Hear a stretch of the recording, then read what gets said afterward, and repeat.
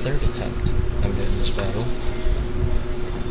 Honestly, I am more than a little bit annoyed that it's taken this long. Now, this isn't exactly a video format that I'm used to, nor is any of you guys, or at least those who have watched me thus far, but I thought it would be a really fun video to try. I watch a lot of Total War content on YouTube, Legend of Total War, Pixelated Apollo, and I thought, oh, this might be pretty fun to try out, why not? I play a lot of Medieval 2 myself, and so here we are. I'm not much of a talker, so if I do go silent occasionally, that's on me. I'm not going to blame anyone else on that. However, it's just worth mentioning in case I do go silent, because it's not exactly all the time that I try to talk, and especially during the battle itself I was dead quiet. I was trying not to talk at all. I wanted to focus my entire mindset on this fucking battle, and it was a very tough one, honestly. It took me way too long to beat. This is my third attempt, as you all know, and it's not exactly a lot of fun. I engaged the enemy army by attacking the peasants on the right flank, which would work, and then I attacked the crossbow line on the center, which at least I tried to use to affect my infantry line, but I prevented. My heavy cavalry is reaching their peasants on the right flank of their army, which I'm going to use to take advantage of later on in the battle. Then my light cavalry will deal with the crossbow line they have at the center. This is a very bad position to be in for that crossbow line, which helps me a ton.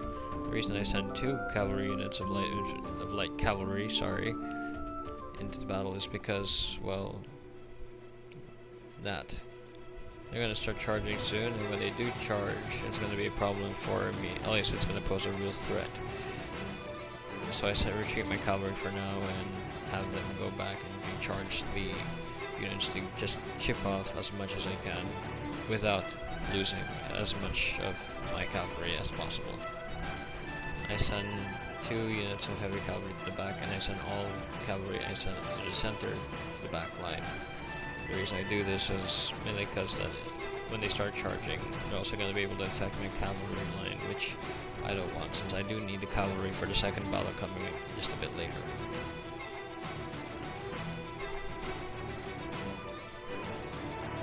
I do still try to chip away at the enemy line. However, this time I decided to include the rest of my heavy cavalry in the battle by sending them forward to attack the general's bodyguard. If I'm able to kill the general's bodyguard, aka the king, that allows me to lower the morale of the entire army, causing a mass rout if I'm lucky. And I was really hoping I'd get lucky.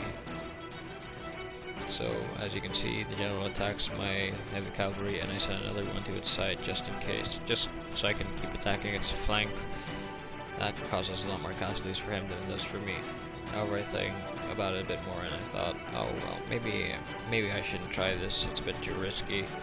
They started sending their army forward towards my direction, which I didn't like, so I wanted to save as much cavalry as possible, not lose them, so I sent them back. As for the light cavalry, most of the units on their left side at the moment were crossbowmen, so I used my light cavalry to deal with that. Town militia units are also pretty weak against cavalry, as they're just pretty weak in general, but having a ton of them is what makes them strong, and unfortunately it doesn't really matter with the cavalry unit you're using. They don't tend to be strong based on how much you have. Their general starts going after my own general, which I didn't really like at first, but this gave me an advantage to close the loop off behind them. If I'm able to cut them off from their army and kill the general, that causes a mass rout on their army, which allows me to take advantage of the city and hopefully the position a lot later.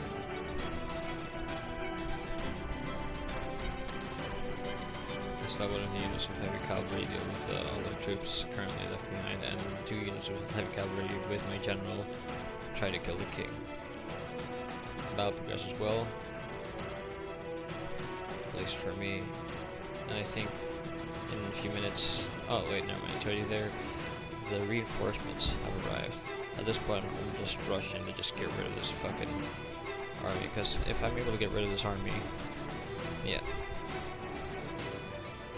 there, the king dies and his army gets a mass rout. Some units already started routing, but to really hone it in, I decide to send on my light cavalry to just kill as much of the enemy army as possible. I'm not going to go straight for the second army. It'll take them time before they get to me, so I'm just going to get rid of the army that's currently attacking me and focus all my power to dealing with the second. This proves to be the decisive factor of the battle, which honestly is not very decisive. At least it's not even cunning. Now, this part, I'm not really utilizing my entire army, since all I'm trying to do at the moment is trying to get rid of the general's bodyguard. He's the one that's pestering me on this side. And I don't want to fight a huge battle again without cavalry, which caused me the first 2 games. But yeah, this session will be subtitled because I stutter way too much, and it's 11 minutes long, and it's 22 minutes long, and I don't feel like subtitling any of it. That being said, I sent my light cavalry and 2 of my heavy cavalry units to deal with the crossbow archers on the side, at least on the north part of the map. The reason I do this is mainly because if I get rid of as much of their army as possible, they won't be able to use much against me in case I fail to prevent them from entering the city, which you can see preparing for by putting an infantry line in front of the gate.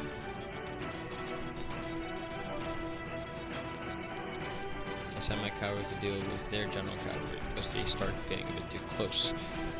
And to prevent the general's bodyguard, at least the one of the enemy, to get away and get inside the city walls, I use my male knights or my heavy cavalry to walk him into position, all the while using my lighter cavalry to push through the enemy position by getting rid of their crossbows. The entire enemy army is still trying to get inside the castle, but they can't even enter because their general's a bit preoccupied, so I decided, oh, this might be a good idea. I send in my the rest of my light cavalry to deal with the ever annoying crossbows, and I send in my own general, which isn't here at the moment. He's still approaching the battlefield, but I send him to flank to the back of the general's bodyguard here. They're a bit overconfident. They're not retreating at all despite fighting 2 units, and that's because the general's bodyguard tends to be very, very strong units. So I thought, oh well, let's just prevent them from getting back. If I prevent their retreat, then they'll probably just die. I realized that the enemy army starts gathering up in front of me. They might attack my general, which is attacking the rear of the enemy general, so I decided to send my infantry units as a wall, or a shield wall against them, while using my lighter cavalry to deal with either crossbowmen, any form of skirmisher, and yes, the catapult. The catapult proved to be one of the riskier things, since if it just hit my general, there's a high chance it would have probably hit. That means that I probably lose my general really early on and cause a mass rout on my own side, which I did not want. First I try to hit the catapults pretty normally, however, I then realized that their infantry units are right in front of the catapults, so I can't exactly just charge them with cavalry. I do also notice, however, that the general unit is trying to escape. Thanks to the wall that I've procured in the center, they aren't able to, and they're stuck behind enemy lines with enemy behind them too. Effectively, I just surrounded them with cavalry, heavy cavalry, and my general. This is huge news, and good news especially, since if the general, yes, there you go, if the general dies, it causes a massive morale drop. Now I was thinking about what to do next. I realized that there's a bunch of units attacking my own troops, and I didn't really want to lose all of my infantry, since I still have to hold the fucking castle. I decided to just use charge tactics against against what other infantry has there. And as for the catapult, it's getting a bit too close for comfort, so I sent one of my own cavalry units to deal with the catapult. this one was placed way over there at the edge of the map. As for why it was placed there, there's no reason. There's no troops inside the castle because the gates won't open for the French troops as the general is dead. However, I do use my present archers as bait. As you can see, this charge in the back causes a mass rout of the French army and the French line, which I then utilize to my advantage by non-stopping the attack. I also do use some units to mass as well as some archery units to the dismounted knights, dismounted knights. It causes them to rout fairly later on. They held their own, but it's not enough. And then I use my cavalry to deal with the routing troops while using heavy cavalry to deal with whatever troops they have left. I am routing a lot more troops, and I realize that the battle is pretty much over. I just have to play a few games by the rule book, and I should be able to, well, win the game. Yeah, I know that.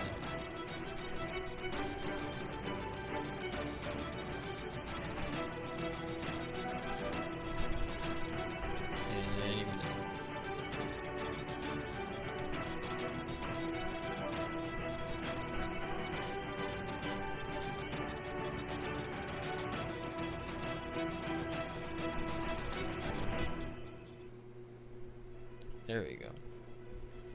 The mass rout is now gathering at the gate, which allows my cavalry, at least the cavalry that was chasing them, to kill it faster. Since the mass rout does not exactly fight back, that means that I can essentially just give them casualties for free.